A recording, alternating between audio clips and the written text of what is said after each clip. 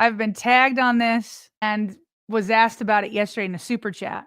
Basically, like, are there two different standards for the way the media is treating Lamar and Josh Allen after their playoff losses? I hadn't seen it yet. Okay. I had seen what ESPN did. Okay. And I thought ESPN treated both pretty fairly, at least the guys that I had watched. Remember, yesterday I played this clip from Ryan Clark, which I thought was excellent. And he treated all quarterbacks that keep losing to Patrick Mahomes or early in the playoffs the same. Let me just replay that.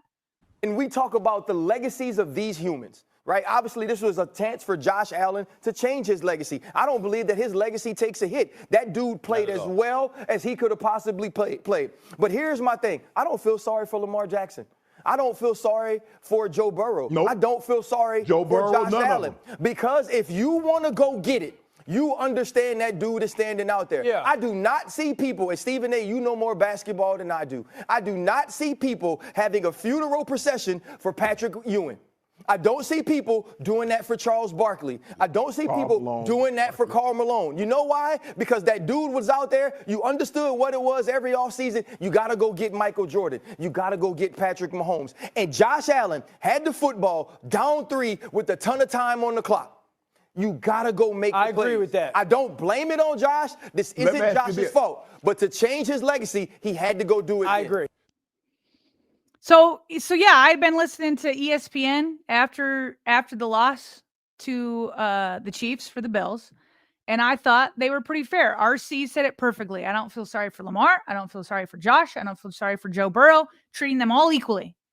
All of you guys have got to figure it out and figure out how to beat them. And earlier in that segment, Shannon Sharp said that Patrick Mahomes and the Chiefs carry like this fear factor.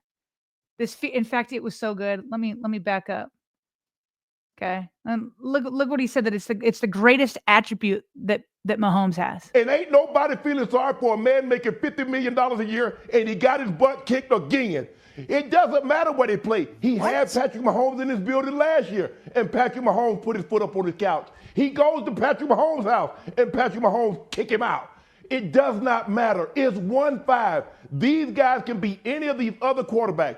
Lamar can beat Burrow. Josh Allen can beat Burrow, yada, yada, yada. The greatest advantage an athlete can have is another man's fear. Ooh. They fear Patrick. Ooh. They know. Talk this, They know if it's a one-score game, they can't see it. I heard no lies. I heard no lies there. Okay, so all losing quarterbacks treated equally. I thought ESPN was fair. But I hadn't been over to the facility. I actually listened to the facility, and I heard this segment the day after the Ravens loss. And I thought what they said if you just have on narrow glasses and not comparing it to their coverage of anybody else, because we didn't have the Josh Allen coverage yet. But I felt like what they said after the game was fair against Lamar. But here comes the following Monday after Josh Allen gets kicked out.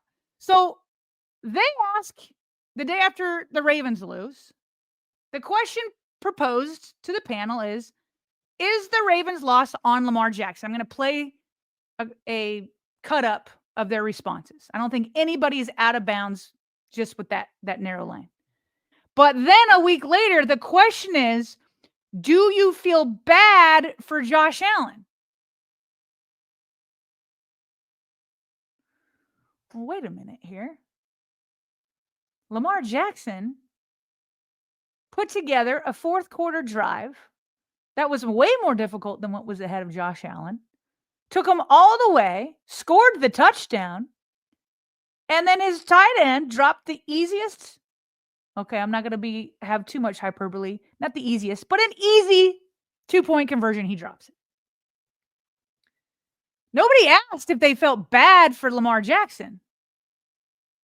But the next week, Josh Allen has a fourth quarter drive with more time, more timeouts, and he didn't lose his top 2 wide receivers.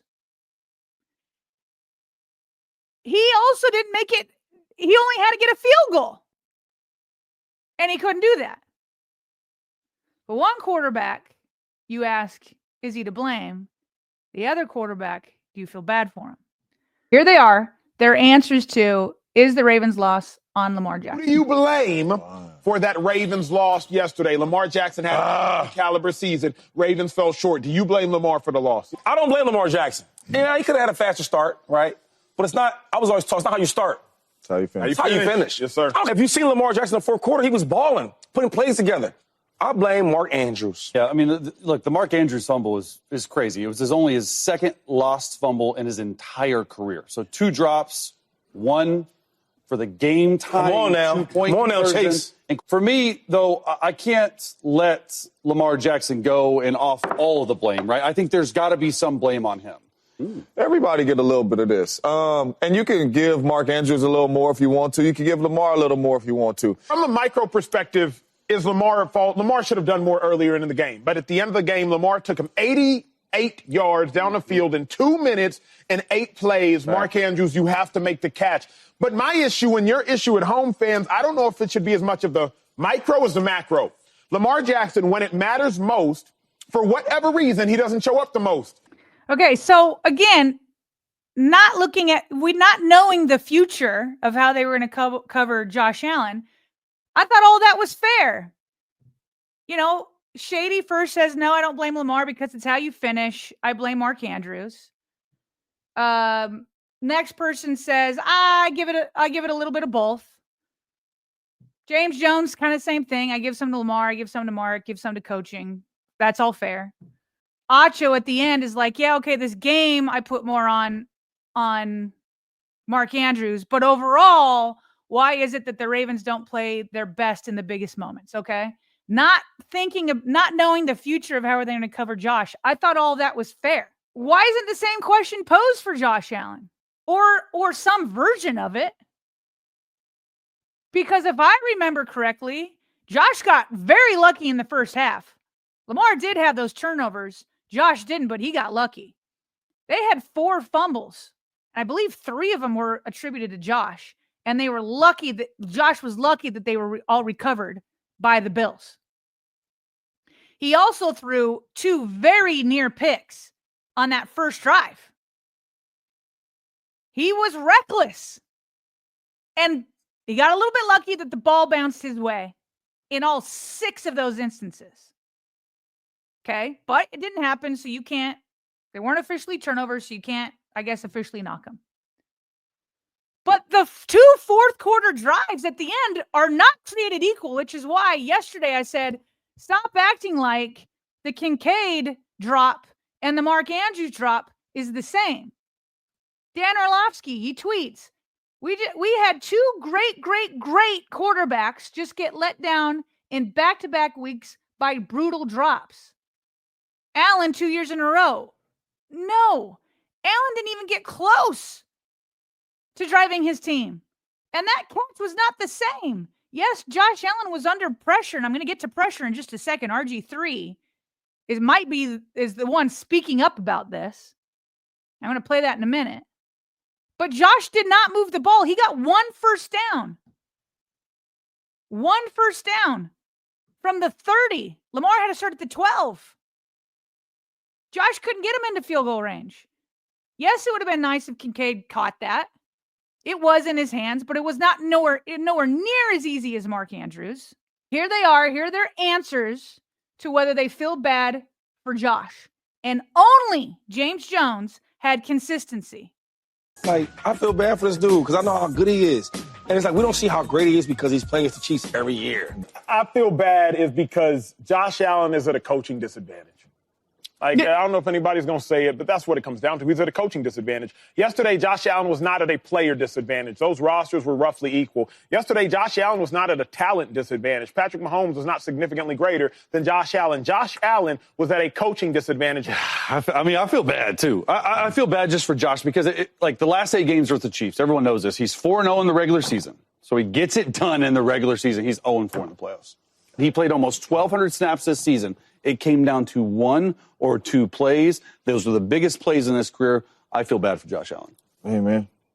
We're getting a little soft in here in the facility on Monday. I mean, Yes, I sir. remember sitting in the locker room like this after losing the NFC Championship games.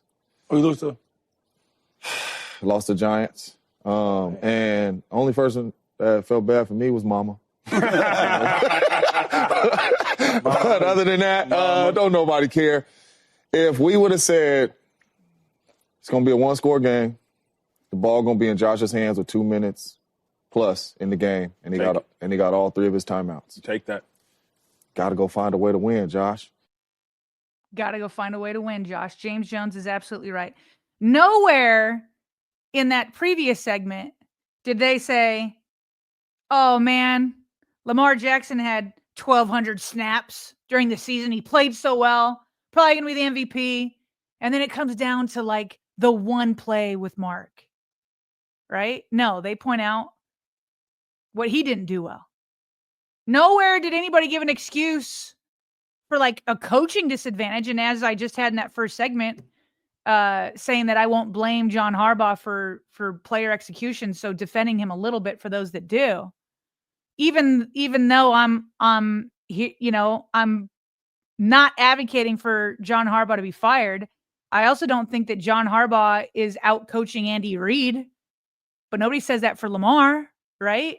It's more like Lamar needs to step up against Patrick Mahomes, and he's a 2-time, soon to be 3-time MVP.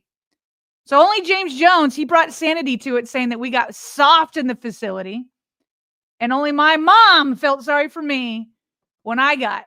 It's a double standard right here inside the facility. Not all media. I'm not gonna brush all media with the broad stroke. But here's the thing. If there has to be a double standard, and there doesn't have to be, but if there's gonna be a double standard, you go in and baby the quarterback up in Buffalo. Because what they're doing is giving him pity. I hope that Josh soaks that in and feels sorry for himself. Look at these guys feeling bad for me. Look at these guys feeling sorry for me. So now I'm going to feel sorry for myself. Josh probably won't do that. I like Josh. I think he's a good quarterback. This is not a critique on Josh. This is a critique of how the facility covered Josh versus Lamar. So I'm not trying to take any shots at Josh. But they're babying him. Don't baby my quarterback here in Baltimore. Okay? Because there's no time to feel sorry for ourselves. You want to know why? Because Patrick Mahomes doesn't feel sorry for Lamar. Andy Reid doesn't feel sorry for Lamar. Steve Spagnuolo doesn't feel sorry for Lamar. And while Lamar's disappointed and fed up and frustrated and disappointed, I doubt he feels sorry for himself. All he's done since losing that game is tweet about his faith in God. His head isn't down. He doesn't need to be babied like they just did for Josh Allen. Josh Allen doesn't need that either. Don't need your pity. Don't want your pity. Take it and send it up to Buffalo because we don't want it here. Meanwhile, RG3 did call out what Josh Allen did wrong on that final drive. This play, though, that you have on the screen with the catch, that's a very difficult catch to make. Can he make it? Yes. But you know what? No one has pointed this out the entire day. And last night. I've watched the tape back multiple times. Josh Allen actually could have adjusted the protection and got that blitz picked up. But no one is talking about that because I think there's a fear right now amongst the media to criticize Josh Allen because he has been so great. And I do think Josh Allen is a great quarterback. But they're in an empty formation. They motion Khalil Shakur into the back and have him run that bubble. If Josh Allen simply gave I don't know what they call it, but it's an RL call, and it borrows the backside guard and takes them to the right, they would pick up that blitz, and he would have had an opportunity to hit Dalton Kincaid for a massive gain with the entire blitz picked up. And if they didn't pick it up, he still would have been able to throw the swing pass out to Khalil Shakur if that end ended up dropping, pressured him. That to me was a bigger issue than Kincaid dropping the ball. So I don't know why no one has pointed that out, but that's his job. And there's 18 seconds on the game clock. So it wasn't like the clock was running down and he just had to run the play. They had time. He could have made that adjustment. He didn't, and it cost him the game.